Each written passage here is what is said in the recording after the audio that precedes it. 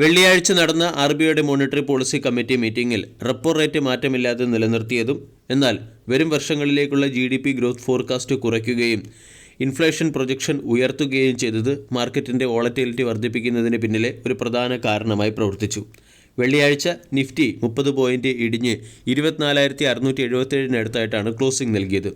Daily ബേസിസിൽ index negative closing നൽകിയെങ്കിലും weekly ബേസിസിൽ index 2.27% ഉയരുകയും മാർക്കറ്റിലെ പോസിറ്റീവ് മൊമെൻറ്റം ഇൻടാക്റ്റ് ആണെന്നുള്ള സൂചന നൽകുകയും ചെയ്തു. വെള്ളിയാഴ്ച ഫോറിൻ ഇൻസ്റ്റിറ്റ്യൂഷണൽ ഇൻവെസ്റ്റർ ഇന്ത്യൻ മാർക്കറ്റിൽ സെല്ലിംഗ് സൈഡിലേക്ക് മാറി 1830 കോടി രൂപയുടെ സെല്ലിംഗ് നടത്തിയപ്പോൾ ഡൊമസ്റ്റിക് ഇൻസ്റ്റിറ്റ്യൂഷണൽ ഇൻവെസ്റ്റർ 1659 കോടി രൂപയുടെ ബൈയിങ് നടത്തി. ഇന്നത്തെ ട്രേഡിംഗ് സെഷനിൽ സ്റ്റോക്ക് സ്പെസിഫിക് ആക്ഷൻ പ്രതീക്ഷിക്കേണ്ട ചില പ്രധാനപ്പെട്ട സ്റ്റോക്കുകളിലേക്ക് കടക്കാം. ഒന്നാമത്തേത് 197 കമ്മ്യൂണിക്കേഷൻ അല്ലെങ്കിൽ പേടിഎം ജപ്പാനിലെ ഡിജിറ്റൽ പേയ്മെൻറ്റ് ഫീമായ പേപേ കോർപ്പറേഷൻ്റെ 5.4% സ്റ്റേക്കുകൾ 2000 കോടി രൂപയ്ക്ക് സോഫ്റ്റ് ബാങ്കിന് വിൽക്കാൻ തീരുമാനിച്ചു.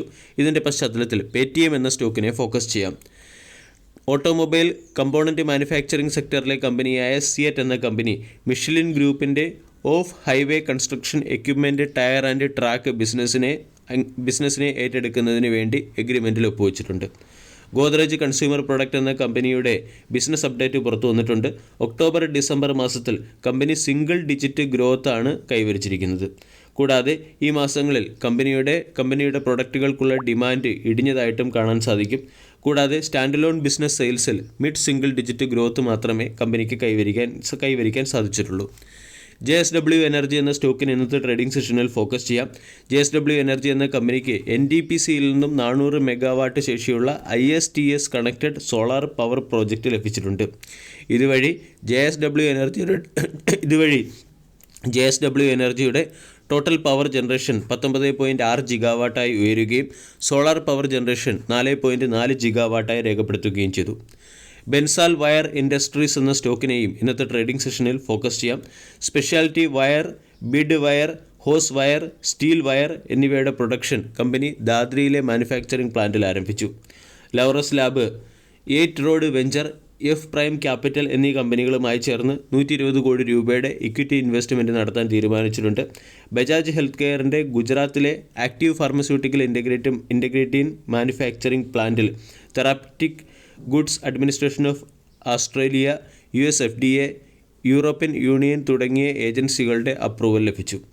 അയണോക്സ് ഗ്രീൻ എനർജി സർവീസ് എന്ന സ്റ്റോക്ക് അതിൻ്റെ സബ്സിഡറി കമ്പനിയായ flurry wind energy, flutter wind energy തുടങ്ങിയ കമ്പനികളിലെ സ്റ്റേക്ക് സെൽ ചെയ്യുന്നതിന് വേണ്ടി ഷെയർ പർച്ചേസ് എഗ്രിമെൻറ്റിൽ ഒപ്പുവെച്ചു. NLC ഇന്ത്യ സൗത്ത് ഒഡീസയിലെ പാത്രപ്പാര സൗത്ത് കോൾ മൈനിൻ്റെ സക്സസ്ഫുൾ ബിഡറായി തിരഞ്ഞെടുക്കപ്പെട്ടു. സ്റ്റാർ ഹെൽത്ത് അലൈഡ് ഇൻഷുറൻസ് എന്ന സ്റ്റോക്കിനെ ഇന്നത്തെ ട്രേഡിംഗ് സെഷനിൽ ഫോക്കസ് ചെയ്യാം. 2022 insurance regulatory and development authority of India നടത്തിയ ഇൻസ്പെക്ഷൻ്റെ ബേസിസിൽ star health and allied insurance എന്ന കമ്പനിക്കെതിരെ ഷോക്കോസ് നോട്ടീസ് അയച്ചിട്ടുണ്ട്. ഡെൽറ്റ കോർപ്പ് എന്ന കമ്പനി അതിൻ്റെ ബിസിനസ്സിനെ റീഷഫിൾ ചെയ്യുകയാണ്. ഹോട്ടൽ ആൻഡ് റിസോർട്ട് ബിസിനസ്സിനെ ഡെൽറ്റിൻ എന്ന സബ്സിഡറിക്ക് കീഴിലും ഡെൽറ്റിൻ്റെ ക്രൂയിസ് ആൻഡ് എൻ്റർടൈൻമെൻറ്റ് ബിസിനസ്സിനെ ഡെൽറ്റ കോർപ്പുമായി അമാൽഗമേറ്റ് ചെയ്യാനാണ് കമ്പനി തീരുമാനിച്ചിരിക്കുന്നത്. വിപ്രോ എന്ന കമ്പനി തായ്ലൻഡ് ബേസ്ഡ് SIAM എന്ന കമ്പനിയുമായി ചേർന്ന് ഒരു എഗ്രിമെൻറ്റിൽ ഒപ്പുവെച്ചിട്ടുണ്ട്. ടൂറിസം അതോറിറ്റിക്ക് ആവശ്യമായ artificial intelligence digital assistant provide ചെയ്യുന്നതിന് വേണ്ടിയാണ് ഈ 2 കമ്പനികളും ഡീലിലെത്തിയിരിക്കുന്നത്. ആൾ കാർഗോ ടെർമിനൽസ് അതിൻ്റെ വെയർഹൗസ് കപ്പാസിറ്റി ഉയർത്തുകയാണ്.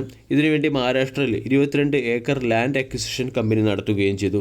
ശ്രീ രേണുക ഷുഗർ അതിൻ്റെ 3 യൂണിറ്റിനെ കമ്പനിയുമായി മെർജ് ചെയ്യുന്നതിന് NCLTയുടെ സൈഡിൽ നിന്നും അപ്രൂവൽ ലഭിച്ചു. വീഡിയോ എല്ലാവർക്കും ഇഷ്ടമായി എന്ന് വിശ്വസിക്കുന്നു. Thank you.